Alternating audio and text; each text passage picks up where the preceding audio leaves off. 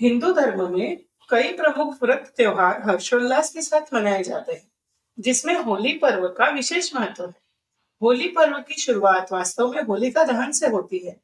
धार्मिक मान्यताओं के अनुसार होलिका दहन पर्व को बुराई पर हुई अच्छाई की जीत के रूप में धूमधाम से मनाया जाता है।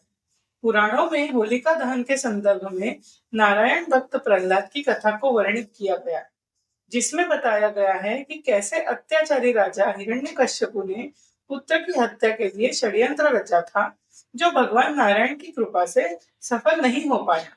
भारत के विभिन्न हिस्सों में होलिका दहन को छोटी होली और होलिका दीपक के नाम से भी जाना जाता है। साथ ही इस पर्व के आध्यात्मिक और वैज्ञानिक कारण भी है।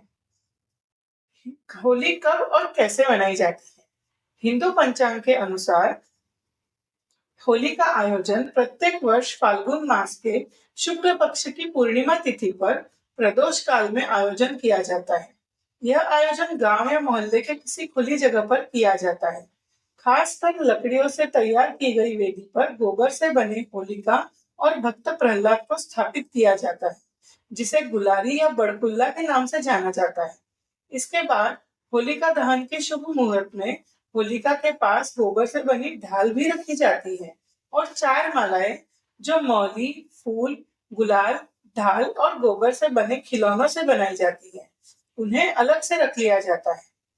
इनमें से एक माला पितरों के नाम समर्पित होती है, दूसरी माला हनुमान जी के लिए, तीसरी शीतला माता और चौथी माला घर परिवार के लिए रखी जाती है। होलिका दहन की पूजा विधि कैसे? होलिका दहन की पूजा में रोली, माला, अक्षत, गंध, पुष्प, धूप, गुड़, कच्चे सूत का धागा, बतासे, नारियल एवं 5 फल इत्यादि पूजा की सामग्री के रूप में एक थाली में रखे जाते हैं। इन सभी चीजों को होलिका दहन के समय होलिका के पास रखा जाता है। फिर श्रद्धा भाव से होलिका के चारों ओर 7 से 11 बार कच्चे सूत के धागे को लपेट दिया जाता है। होलिका दहन के बाद सभी सामग्रियों को एक एक करके होलिका में आहुति दी जाती है और फिर जल से अर्घ्य प्रदान किया जाता है। इसके पश्चात होलिका दहन के बाद 5 फल, चीनी से बने खिलौने इत्यादि को आहुति के रूप में समर्पित करने का विधान है। अब होलिका दहन की कथा क्या है? किंवदंतियों के अनुसार पृथ्वी पर हिरण्यकश्यपु नामक एक राजा शासन करता था, जो भगवान विष्णु का सबसे बड़ा शत्रु माना जाता था। उसने अपने राज्य में सभी को यह आदेश दिया था कि कोई भी ईश्वर की पूजा नहीं करेगा, लेकिन उसका पुत्र भक्त प्रहलाद भगवान विष्णु का परम भक्त था। जबकि हिरण्यकश्यपु ने अपने पुत्र को भगवान की पूजा करते हुए देखा, तो उससे सहा नहीं गया और अपने ही पुत्र को दंड देने की ठान ली।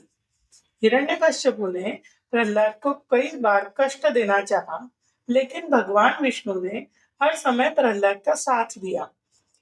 अंत में अत्याचारी राजा ने अपनी होलिका बहन से मदद मांगी। होलिका को यह वरदान था कि उसे अग्नि नहीं जला सकती, इसलिए होलिका प्रहलाद को अपनी गोद में लेकर अग्नि में प्रवेश कर गई। लेकिन भगवान विष्णु की कृपा से होलिका उस अग्नि में भस्म हो गई और प्रहलाद बच गया।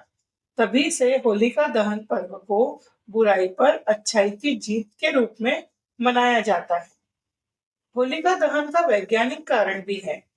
होली वसंत मौसम में खेली जाती है, जो कि सर्दी के अंत और ग्रीष्म ऋतु के बीच की अवधि होती है। इस ऋतु में त्वचा के रोगों का खतरा बढ़ जाता है, इसलिए होलिका दहन के पीछे छिपा हुआ वैज्ञानिक कारण यह है कि इस पर्व के दौरान जलाई गई लकड़ियों से वातावरण में फैले हुए खतरनाक जीवाणु नष्ट हो जाते हैं और होलिका की परिक्रमा करने से शरीर पर जमे हुए कीटाणु भी अलाव की गर्मी से मर जाते हैं। वहीं देश के कुछ हिस्सों में होलिका दहन के बाद लोग अपने माथे और शरीर पर होलिका की राख लगाते हैं, जिससे मानसिक और शारीरिक स्वास्थ्य अच्छा होता है। ये हमारा वीडियो होलिका दहन के ऊपर था। इसी प्रकार के और भी वीडियोस के लिए हमारे चैनल को सब्सक्राइब जरूर कीजिए और वीडियो पसंद आए तो लाइक करना ना भूलिए और अपने दोस्तों के साथ शेयर जरूर कीजिए।